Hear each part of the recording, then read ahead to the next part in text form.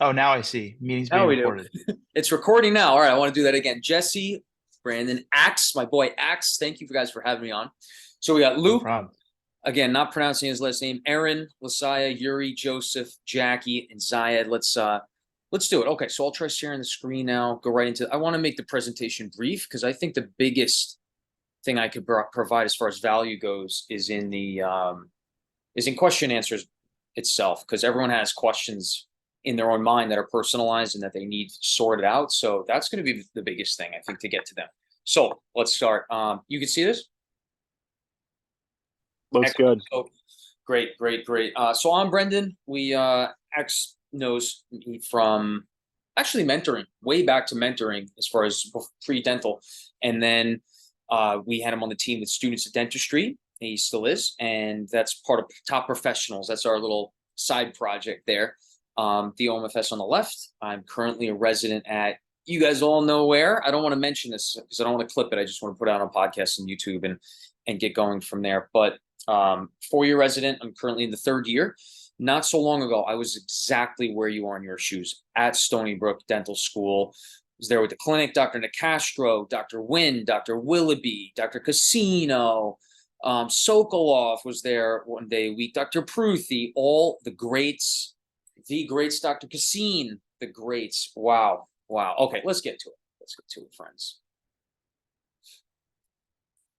All right, so this is just the overview. Some things I'll be going into really briefly. So dental school specialty placement history. I think by far and away number one, if you really want to get into any specialty, you got to look at the history of that specialty and their match rates, percentages, whatever you want to call it, into that specialty, right? And just one example for what I mean was when I was looking at schools, I looked at, say, NYU Dental School, right? They got 400 students a class. They match a handful of students, just one handful, between 1 and 2 handfuls of students out of 400 a year into oral maxillofacial surgery throughout the country. Stony Brook, for that matter, has, when I was looking, 44 students a class. And again, they match a handful. And at that time, 6 to 7 residents for a few consecutive years at that time. And it's still just as good into residency. So if you look at the match rates or percentages, right, that's what I'm talking about. It usually gives you an idea of what the next year is going to, when you get there and you're looking to match, you're going to be at a higher percentage or a low percentage. All right. So again, it is only an approximation, but I think this is crucial if you're serious about matching to a specialty, right? I mean, this is common sense. Class rank and GPA. Now it's very important. Thankfully, X is Stony Brook ranked? So Stony Brook, to my understanding, is not publicly ranked, and we get like no GPA calculated, but they see our transcript, and any D4 can correct me if I'm wrong. But Outstanding. That's how it is. Outstanding. That's the exact same, but you see letter scores on your grades, right? Right. Yeah. So when I was there, exactly the same way. There was talks of making the class ranked and stuff. I was heavily against that because, as you know, Stony Brook Dental School is super competitive to a point that it's immature, I think. Nobody needs to see other people's rankings. The scores, just discussing scores is enough for people to be judging others. I thought it would be a very unfriendly state at that point if it was to get ranked. So I was very happy that they didn't go that direction. And I think it's better for the school's match rates as well to keep it not ranked. Just my personal opinion. And I hope people consider that seriously because in such a small school, mental health becomes almost like hyper-focused for some people. You know what I mean? And I think getting along as a class, as a unit, as a team is crucial, especially going into a specialty such as oral surgery. Teamwork leads the way. So that's just my thing to say there. The CBSE exam is offered twice a year. You get 6 tries, so take it. The first time, I wouldn't recommend studying for it. I really think it's a good idea to get an idea what is this exam. It's different from any dental school exam you've taken. I mean, just so you guys know, you've taken how many times. You know what I'm talking about there. Take it, see what it's like. It's a monster. Get an idea of what this monster looks like so that you can study for it accordingly. Scheduling the exam, it closes 1 month out and it's only offered twice a year. So get that, keep an eye on when it opens. I don't know when it opens. I wouldn't be able to tell you that. It's 200 questions. There's 4 blocks of 50 questions. I think UWorld is a very adequate question bank that helps you prepare for it. We can go into that more if you want in the Q&A, but I really want to keep going. Exam time's 5.5 hours. Typically good scores above 70, and now it's starting to look even above 75 in some situations, not all. Just to, and it's not, if you don't even get a 70, don't worry about it. It's not the end of the world. I would look at the holistic, the broader scope of your application at large. Studying, yeah, takes over 3 months. Let's say over 3 months. Okay. And again, I wouldn't recommend studying for it the first time you take it. I would recommend take it, figure out what it is before like really hard studying for it. Because again, that's a 3+ month. Axe has done this. You guys know what a beast this exam is and what studying for it is like. On top of dental school, on top of dental clinic, on top of a stressful environment. I know, but you're in good hands. Letters of recommendation, get 3 of these. You do not need oral surgery faculty to get it. And I'm sure you've heard rumors like, don't get a periodontist to write your letter of recommendation. Well, I did. I got it from Dr. Romanos, and I wouldn't want it. I didn't want anyone else to have that letter written at that time. Got into my number 1 match. All is well. All right. And no, you don't need like a 4.0. You don't need straight A's. I had A's and B's. Through college and then dental school, my thing was no C's. And thank God I did that. I did that. Only A's and B's. I wouldn't worry about, I have no idea if I had more A's and B's. I'd say it was probably 50-50 either way. I would focus on doing the best you can and not changing your personality to get by through college or dental school. Externships. So an externship is a 1-week observership or shadowing at an oral surgery program where you get to see day in, day out what the real life of an oral surgery residency is. It's very good to do this. It gives you an idea of what it's actually like, even though you don't see 100%.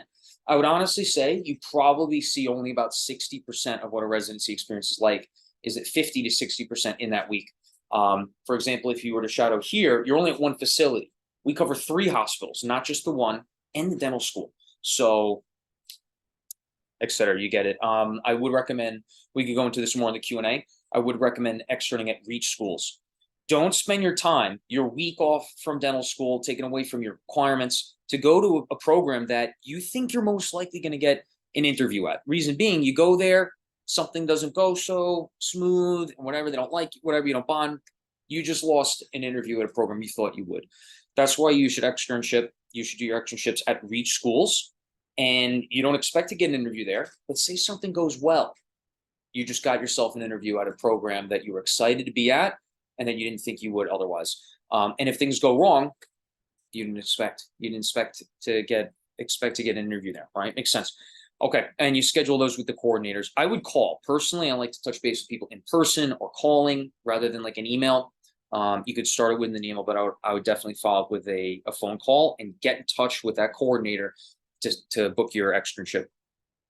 Research, it's not required. More people asked me about, I put on my resume that I play the violin. Well, it was 8 programs out of, I had 14 or 15 interviews, 8 of them. So half of them asked me about playing the violin. 1 asked me about research. So take that for what you will. IdeaPass, this is where you apply. Interviews, you guys know all this. Mid to end of January, this is when match day comes.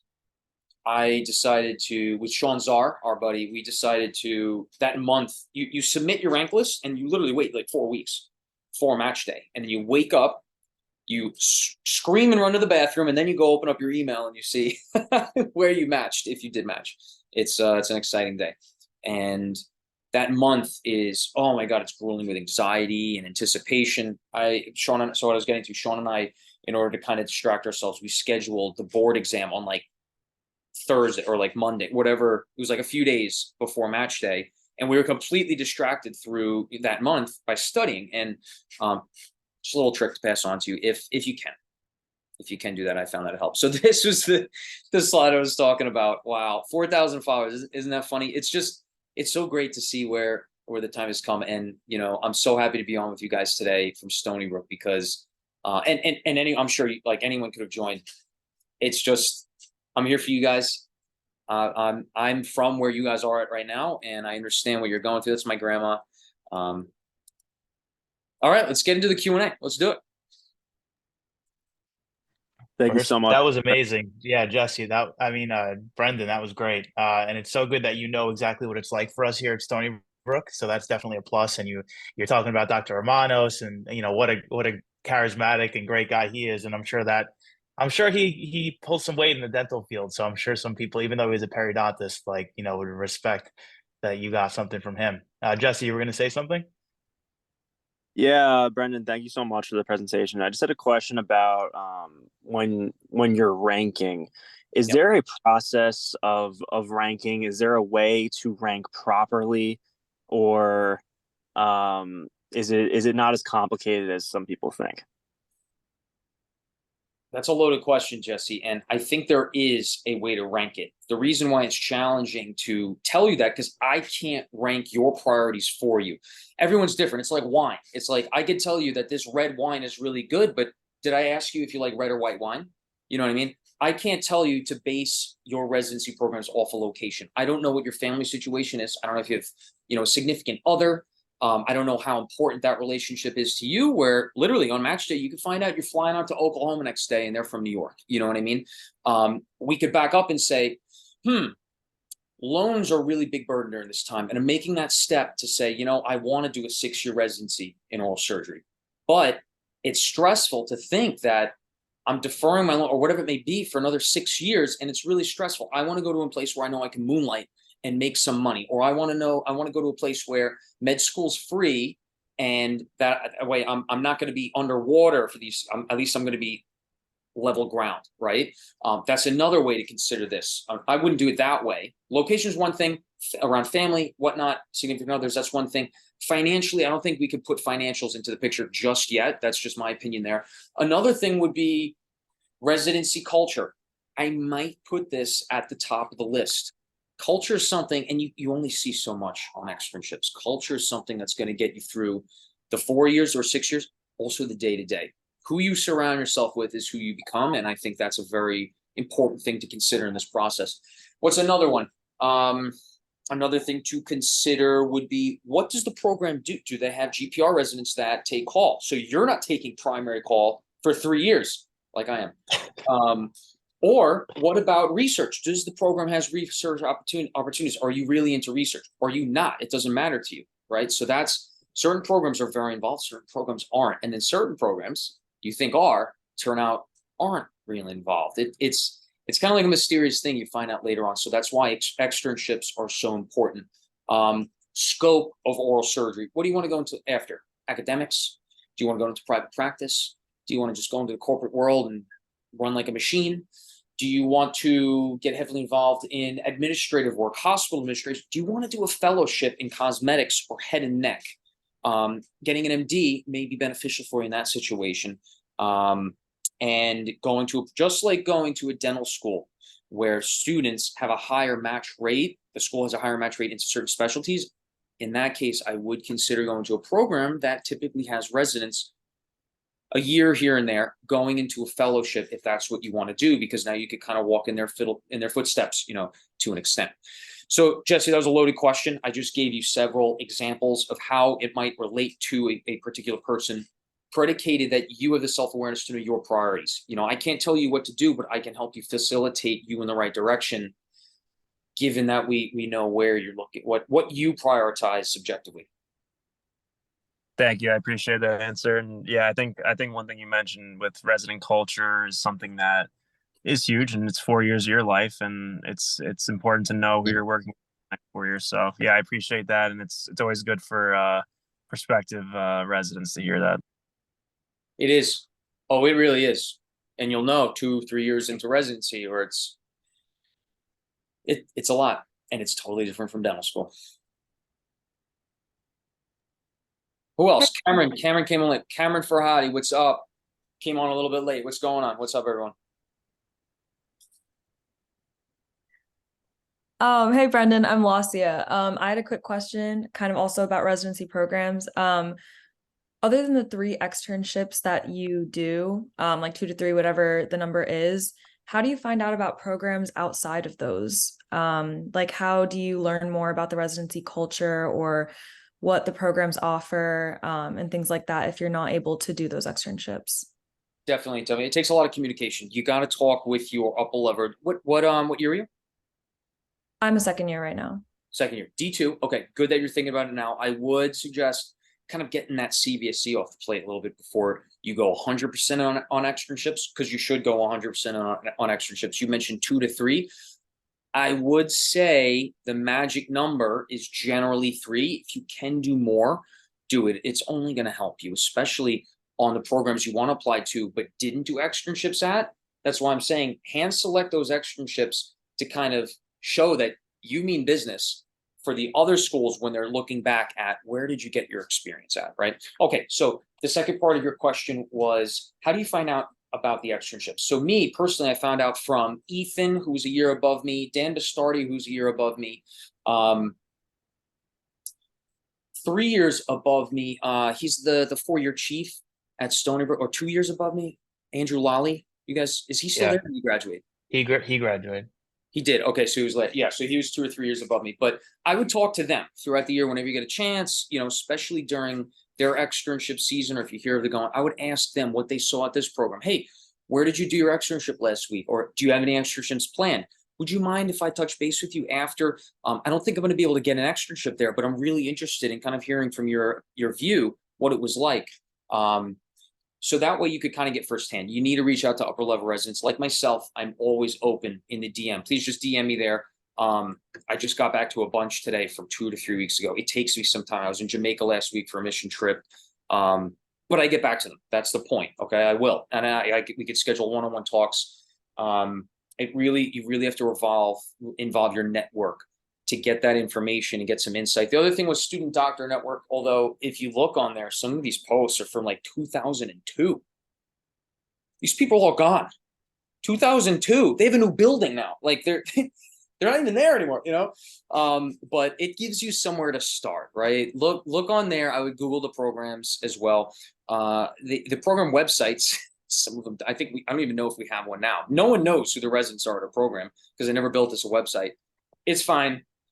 It's fine. Cameron's coming back in again, it looks like. But you know what I mean? On the website, it's just going to give you a general overview. Like, are they full scope or are they just dental alveolar like Montefiore, right? Do they do malignant cancer? Is it just benign?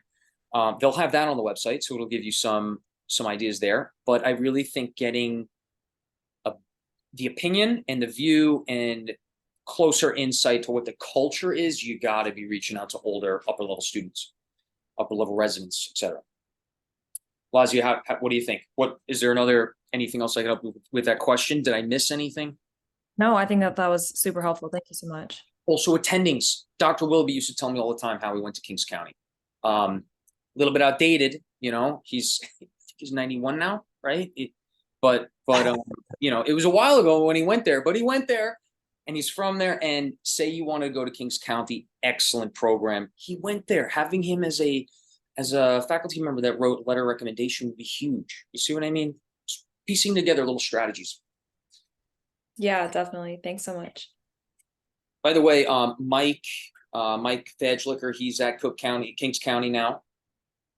He's at Kings County. Who someone just matched there last year. Ed's there now. Look, we got a string of descendants of alumni who are at Kings, you know, like this is cool stuff with the Stony Brook network. You're not going to get that at other programs. So yeah. What else? Lazi, what else? Yuri, what's up? Zaya, what's up? Hey, Brendan, I actually have a question. It's a little bit based on what Jesse was asking earlier, but when you rank schools for your number one spot, is it better to pick the program you want the most, even if you don't think you're going to get in, or the program you have the best shot at getting in for? Like, am I punished for going by what I want over what I think is best, most likely to happen? No. You're not going to be punished. You're not going to be punished because the selection is ranked in the applicant's favor, and then the program's put in their rank list. So what I'm saying is, if you're number one on their list and you're number two on where you put second, you might not go to where you put first, but you will get your second choice. Does that make sense? Because that program ranked you first. It is in your favor. I would rank based on your gut feeling.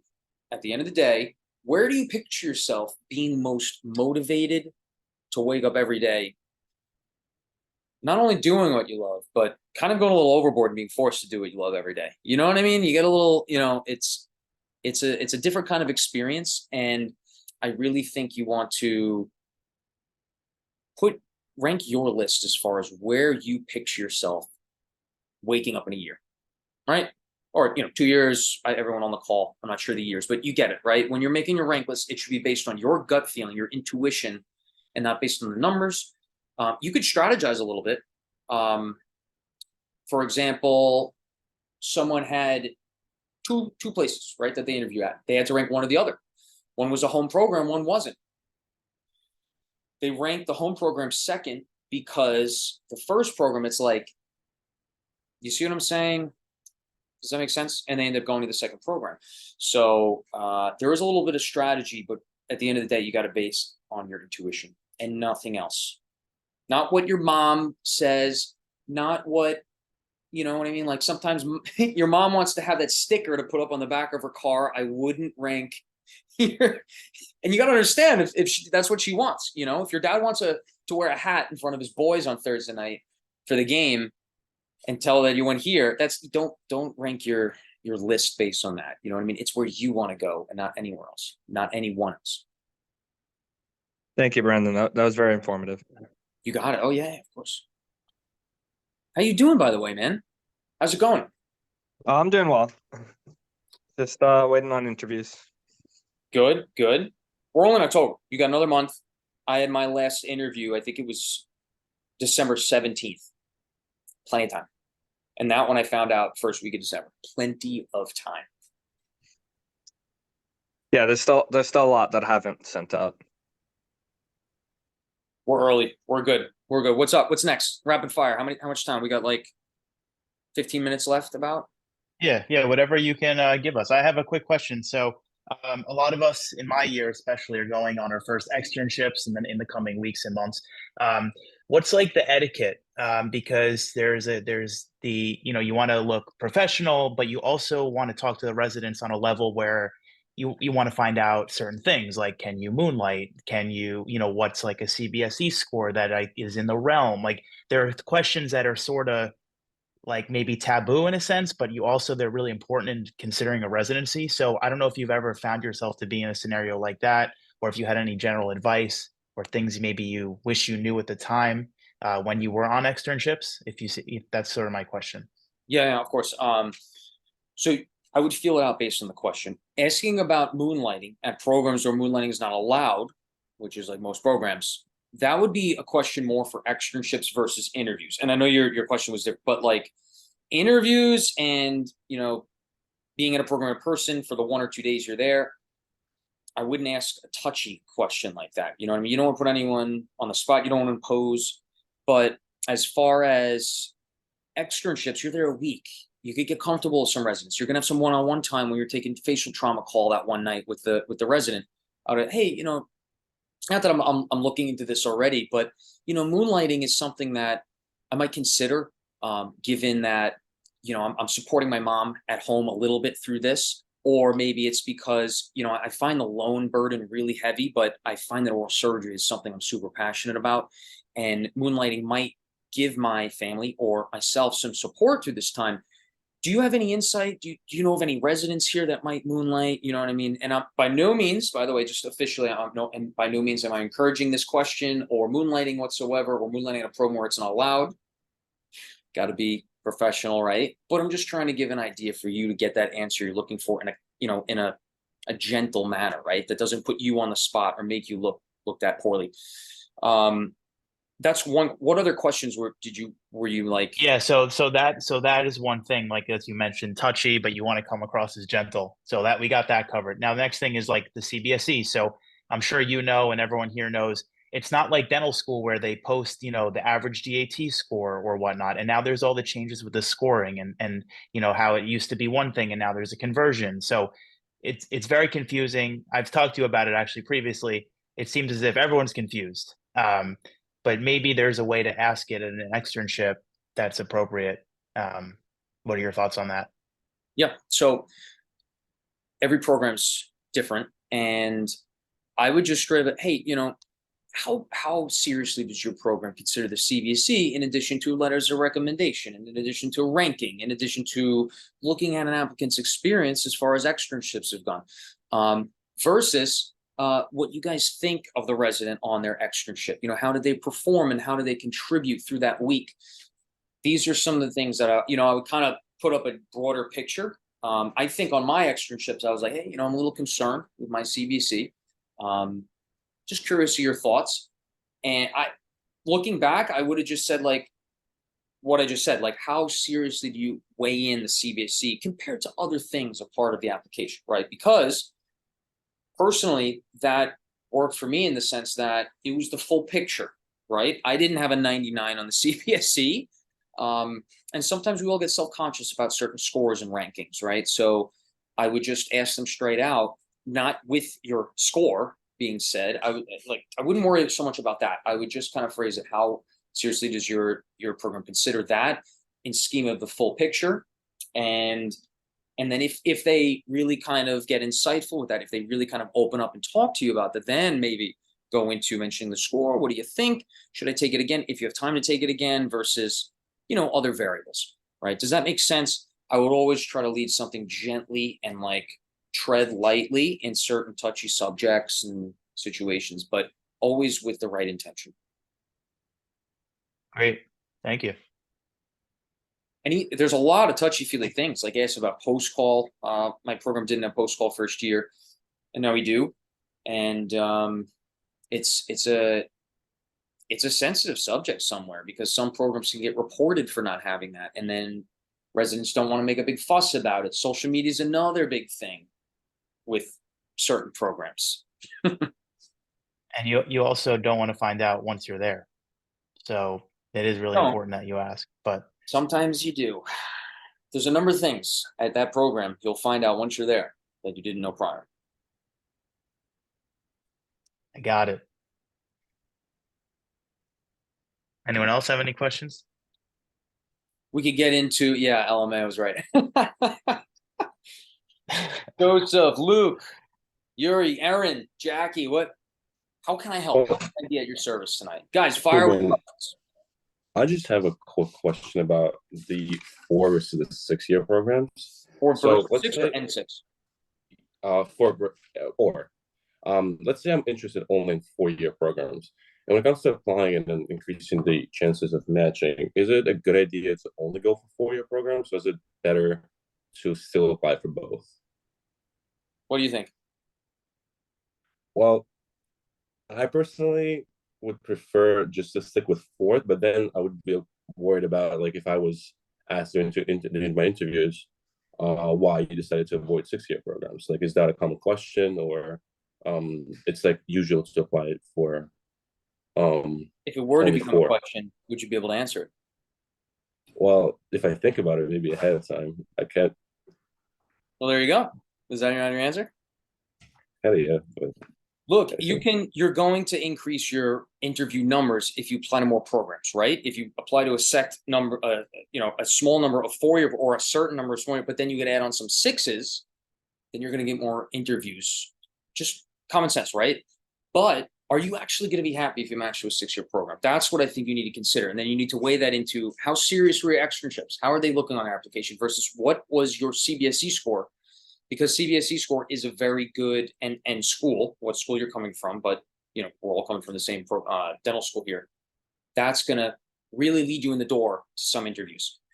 So that being said, you have to skip to the next step is, if I do match to a 6-year, would I be excited to go there? And if that's a no, which is personally, it was going to be a no. I did not want to do 6 years. So we were the COVID year, and I was initially going to apply to 20 to 30 schools, which is what my higher up dental students did and all matched. So I look bald now, right? Isn't that funny? All the hair I had.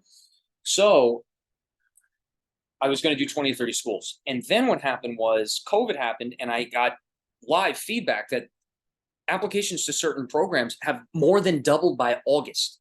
And I was like, okay, I think we're going to have to up these numbers a little bit. Otherwise, you're just going to miss out on a bunch of schools that you would have gotten also because of remote interviews, right? So that being said, I went to 30 to 40, but I also I was at about 10 6 years, got all of them out. I only applied to 3 6 years, and all the rest over 30, well over 30 were 4-year programs. Okay. So Yuri, I think it sounds like we're coming from the same standpoint, and maybe that would help you out. I would also look at these programs specifically. The 3 6 years, obviously, LIJ is the home program, right? Kings County and UNC. Those were the 3 6 years I applied to because I would be excited to go to them. I knew OMFS was at UNC at the time. LIJ was the whole home program. Kings County just looked like a beast of a program. So does that make sense? Yuri, what does that help? Yeah, a lot. Thank you. Yeah. Is there a second part of the question that I can kind of go more in depth with you with? Not really, but I think I'm leaning toward the 4-year programs, and I think that's probably not a good idea for me to apply for 6-year programs, just because, as you said, like I don't think I'll be happy, and I don't know if I'll be able to like actually commit to the program. Yeah, that's like you got to be serious with your intuition, yeah. man. You got to be serious with that gut feeling of where you're going to be. Excited for the 4 years or 6 years, right? But then also it starts match day. It's a long 4 to 6 years plus that time for match day is a long time. You got to be excited. I agree. Where did you insert the 6 years within your rank list? They were the bottom 3. That's exactly where I put them. I was serious about not going to a 6-year program. Yeah. Is the rank list public, or is it only between the match service? It's only And in you. the match service. They don't see where you ranked. No one can see Okay. anything unless you tell them. Okay. Yeah, it's very protected. They have no idea. It really does work in your favor. So How do you manage like mental health while you're in residency? well, exercise. I have a block of time. Well, mental health, one, I get it's crazy. At least one thing every morning, like right when you wake up, right when you're going in, right when you're literally walking in, something comes up, something happens, you got to make a phone call, you got to type an email, you got to see a patient. Things happen all the time. So one thing I would seriously consider, and I only figured this out within the last 6 months, getting up a little bit earlier, despite not getting much sleep at all during residency. Let me tell you right now, getting up a little bit earlier every day just to literally turn on the phone and go through emails, texts, whatever it may be, helps you kind of get a jump start on that problem before it happens, right? I'm telling you right now, it's like every day, it's like something's going to happen before 7 a.m. and you got to be ready on your feet. So that's one thing. Mental health more indirectly, that's like a direct strategy and solution that I found helps.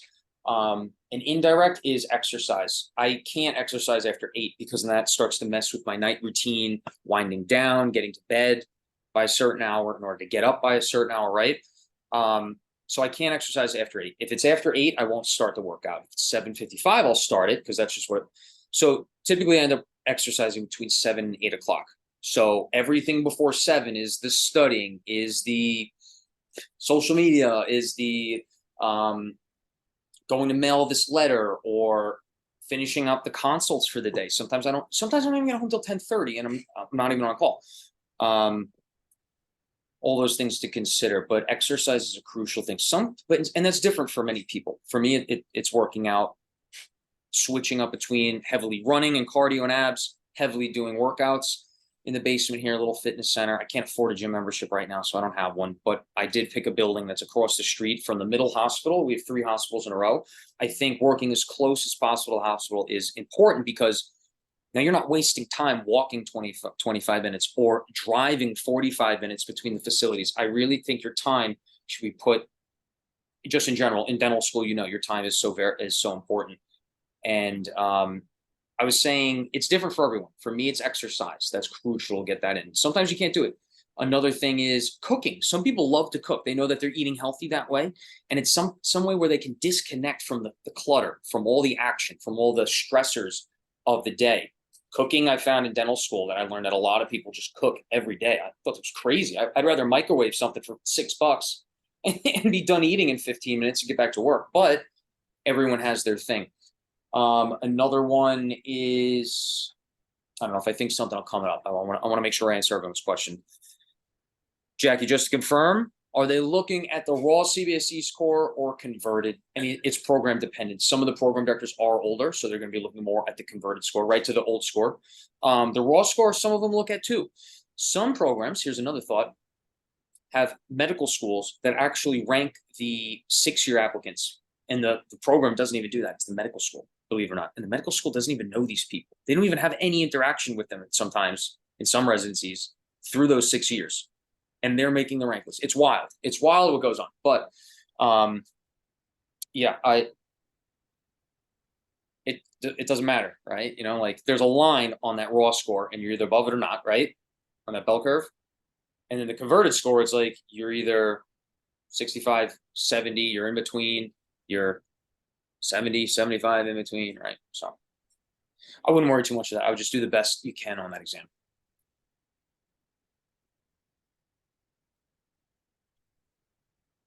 Jackie, what year are you?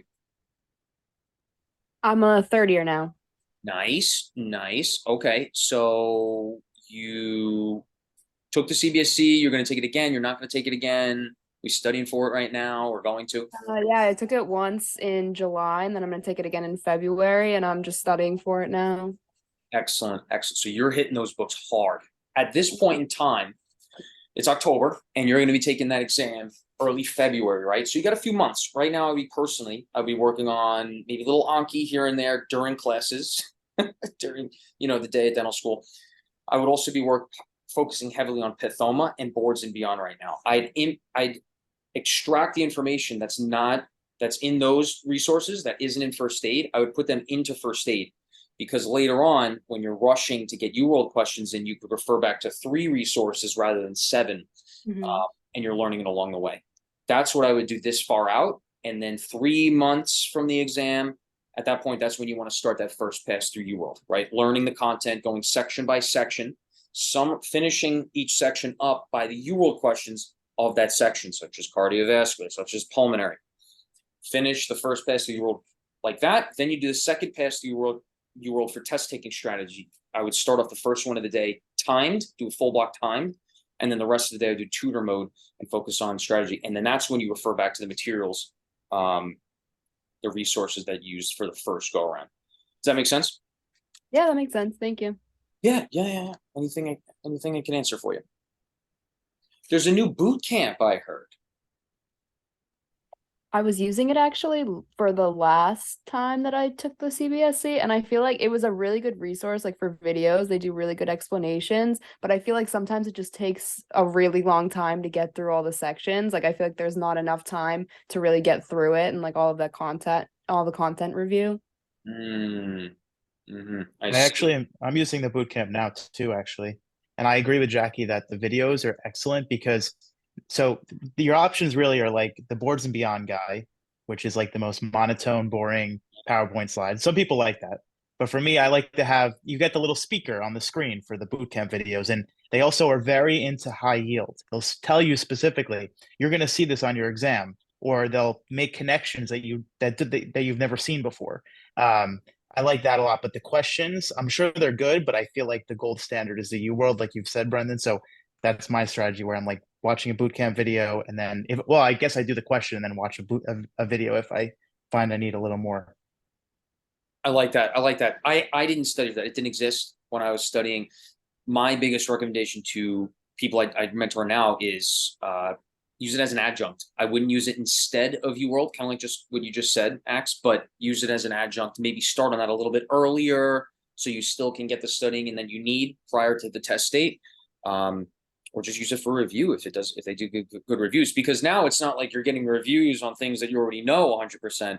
You can be reviewing later on things you don't know. Maybe that is better for that second pass through UWorld when it's more randomized. I don't know. Aaron Gal, what year are you in? What year are you in, friend?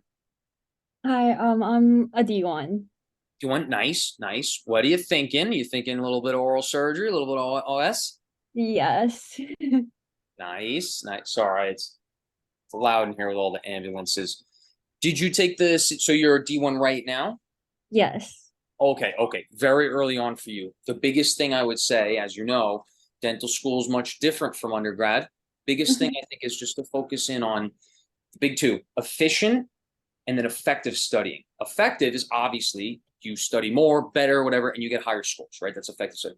Then it gets into dental school where you're like, I need efficient studying. I need to study less and less and less to get the same high score, right? In the 90s. If you could get your studying time down 50%, that's going to free up a lot of stuff. It's going to free up time with family. It's going to free up time for studying for other subjects, studying for the CBSE, clinic time. Maybe you need a little more practice later down the road on crown reps, whatever it may be. It's going to allow you to maximize that. Now, I know that this is a fairly simple concept, but I think one of my biggest things was I wasn't getting the scores I wanted early on in dental school. I got what I needed, but I didn't get what I wanted, right? We always want more. And so I think focusing on more effective studying for me was Quizlet, and then adding on figures made it more efficient. So I could study less and less and less. And then teaming up with other students in the class, I found 2 other students that use Quizlet. So in a week's time, I know it's very loud. There's like 7 ambulances going by. But in a week's time, if you have 3 people that all use Quizlet, one person can do lecture 1, another 2, another 3, and you could literally have all the lectures ready to go prior to the class during that week before it begins, right? And then in the class, when the attending or faculty member mentions something that's going to be on the exam but isn't in the slides, you put it in another Quizlet. You put it on, add the figures in, take photos during class. I think that's how you absolutely maximize your potential throughout dental school. So I would focus on that D1 year, because when you see you start doing that, D2 year gets to be a little bit more manageable. And then by D3 year, studying for the CBSE and externships becomes a realistic possibility for you to really go all in on. Okay, got it. Thank you. Yeah. You got it.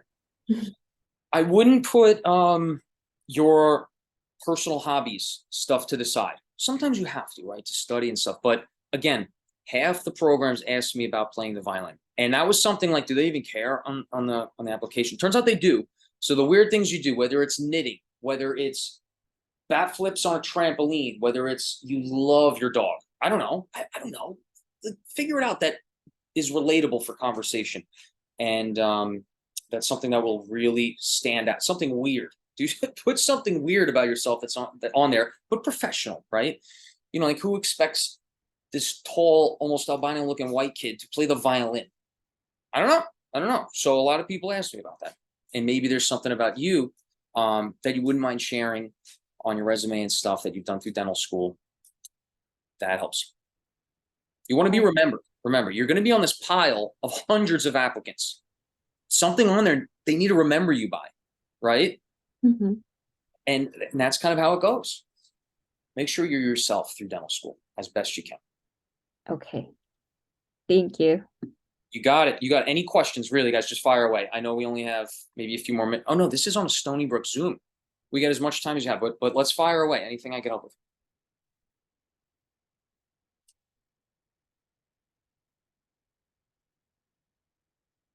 Joseph De Leon. What year are we at? How's it going? I'm third year. Third year, D3. Nice. What are we thinking? Where are we at? I guess I had like a general question about New York programs as a whole. Like how do you think they stand against programs in the rest of the country regarding like scope of OMFS and its broad scope? What do you think? What are your thoughts on that? There's plenty of programs in New York and also in the rest of the country that are very broad scope. There's also programs in New York that really hone. Montefiore, for example, powerhouse dental alveolar program, powerhouse implant program. Dr. Nolan. I applied there. I externed there. I applied there. I ended up not ranking it as high because, well, on average, one resident every, or at least when I was interviewing, one resident every 2 years. They let go, they dropped out, something happened. not really a great track record, I thought, so I didn't really want to have that fire under my seat. I put my own fire under my seat. Nonetheless, last week in Jamaica, Emily Snodgrass, she's a 3 out of 4 resident there. Outstanding. You should have seen her in Jamaica. She was spectacular. Excellent oral surgeon. Coming from Montefiore, powerhouse program. She just said that Dr. Nolan's starting to do zygomatic implants recently now. We're doing zygomatic implants here. We're doing full arch cases, guided, non-guided. I've done 3 zygomatic cases myself already at this point. Not by myself. I'm saying I've done it, and with the attending and a chief resident, another resident. And these are some really exciting things. That's one of my favorite things about here. That's something I would consider very highly if I was reapplying now, looking at Montefiore. Montefiore's excellent with sedations and dentoalveolar and then and implants. So that's something to consider. The rest of the country, the biggest thing I would say is, they say just in healthcare in general, residency programs have a certain culture, and the Northeast is notoriously known for not having such great culture. I don't know why. I don't know what the deal is. Maybe it's because the taxes are so high. I don't know. The taxes are high in California. They seem pretty chilled out over there. I don't know what they're doing, but so I hope that helps. Broad scope, I wouldn't worry about it. That's completely predicated on the program that you're applying to. Thank you. Joseph, you're a D3 right now. You got the CBSE out of the way? Yeah, got out of the way. Excellent. Have you done any externships yet? No, I was looking. Also, I actually wanted to ask you, what are your thoughts on timing of externships? Like when your first one should be, kind of when you should do the bulk of them. Sure. Yeah. So you already have your CBSE out of the way, and you're just starting your D3. You literally have a full year as of right now to get externships in. I think you could probably push 4 to maybe even 5 externships in if you utilize next summer well and you plan it out. And what I mean by that is maybe get one in now, get one in over winter break, get one in over like the spring break area that I know you don't have, but maybe you could kind of talk to the dean. I need an extra week off if you want another resident, going into specialty to make Stony Brook look so great, and then you could get the last 2 or 3 over next summer. And I would structure it that the programs that you're most interested in, wait for them to be next summer. And I would schedule them now before they're gone, right? Get your name on the list, book them now for next summer, contact the coordinators, and you'll get them in. And I would schedule them next summer so that you're fresh on the program administrator's memory when your application comes across their desk, right? So save that for next summer. Does that make sense? Yeah.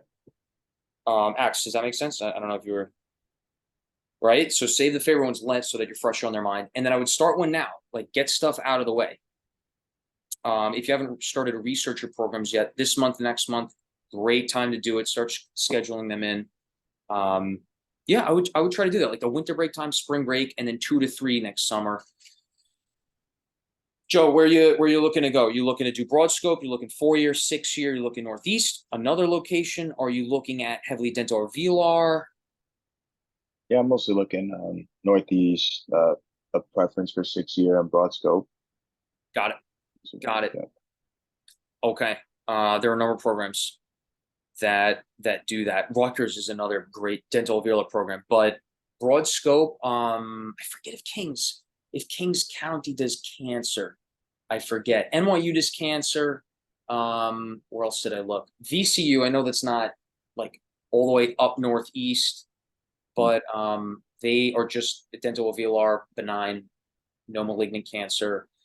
Mount Sinai, I think, does cancer too. That's a big 6-year program. That's one. Rutgers has 6. Monty's only 4, so you're not looking there. NYU has 6. LIJ has 6. LIJ does broad scope. Maybe that's a really good program for you to look into, Joe. Mm-hmm. Okay, thank you. I would consider that one heavily. I'm trying to think.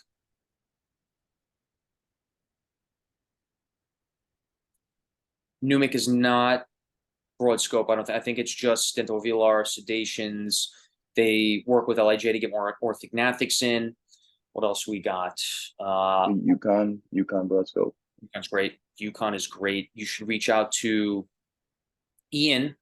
He interviewed me. That's his handle on Instagram. I'm sure he would respond. He was one of my better friends in my year at dental school. He also got the highest CBSE score that year, by the way. Very bright individual. He's at UConn now.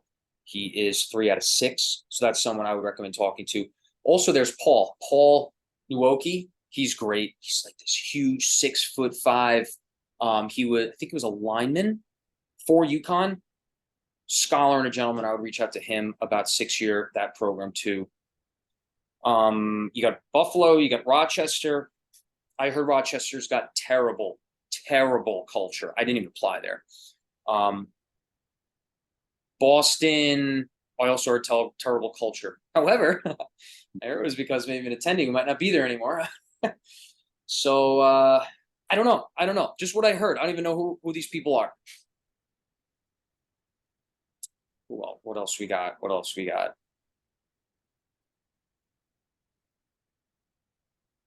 The residents of Montefiore told me that, actually.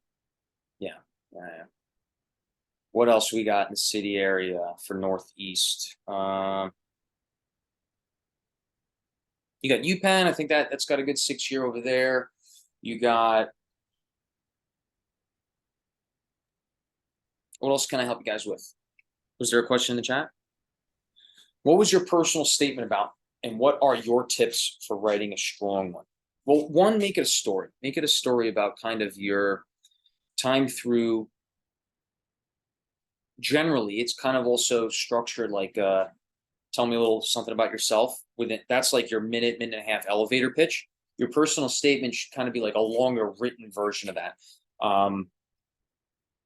And I would relate it to, I would kind of give a story about something that kind of changed your perspective on dentistry, on oral surgery, on maybe just treating patients. Maybe there's someone in your family that does dentistry, or someone in your family that got sick, someone in your family that lost all their teeth, something along those lines, something that left an impact on you and really is a story you bring with yourself through dental school, right? And that's something people could trust, believe in, relate to, right? And then you kind of structure that into a few things about your time through dental school. Maybe you've gone on a mission trip. Maybe you've really taken a liking to Dr. Swanson's denture classes, and you really want to get into all on fours. I don't know, but you know what I mean? Like something that's made a lasting impression on you, how you, maybe a challenge you've persevered through. That's always a good one. And I would tie it up in a bow and put a little present out there at the end and saying, something I really like about your program is this and that. I don't know if you can tailor your personal statement like that, but something I really like about the oral surgery profession is your ability to change someone's life based from their smile alone, placing implants, doing full mouth reconstruction, even replacing a missing front tooth with an implant to give them a more permanent option maybe. And this is something that has changed my life in the past. This is something that I'm looking forward to do for others. And I really hope you consider me strongly and highly at your program for the future. Something like that, I would sum it up.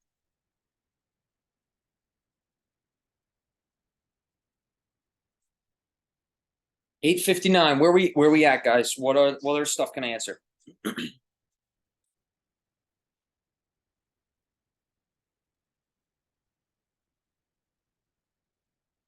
Any last minute questions?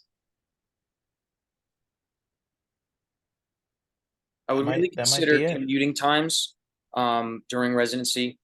I know LIJ, you're driving all around Long Island from Lenox Hill in Manhattan all the way out to Stony Brook, right? You're at LIJ, you're at the VA sometimes. I think that's still in the rotation. It should be.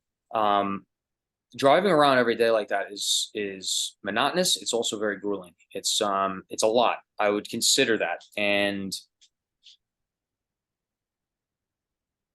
yeah, I would take that highly. I would really consider that lightly. I wouldn't consider that lightly. That's part of your life that the reason why I mention this is sometimes you're literally on an hour of sleep or none, and you're driving around Long Island, and it can be dangerous. And you're expendable to the program or whatever, but you're not to anything else, and I think people should consider these things very, very importantly when you're not given post call and driving around on an hour's sleep. That's not safe. And I would want, if there's one word of, I would want everyone to protect themselves as much as they can and stay safe through residency.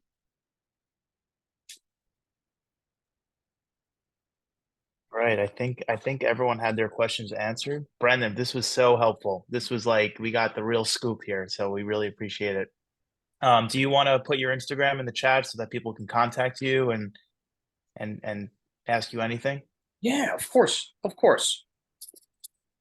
Anything I could do to help, I'm always here. We could schedule one-on-one calls. I'm always ready to make myself as available I can to make sure that we keep this profession strong and get some good people in it too. It's always tough. Right. Any questions that come up during stressful times, please just send me a message. I know how it can be at times, what you're going through. We've all been there, and good luck. It's not an easy path, but you can do it. Thank you so much, Brendan. Thank you. You guys got it. All right, friends. Thanks so much for having me on. Really, thank you. All right. Good night. Go Stony Brook.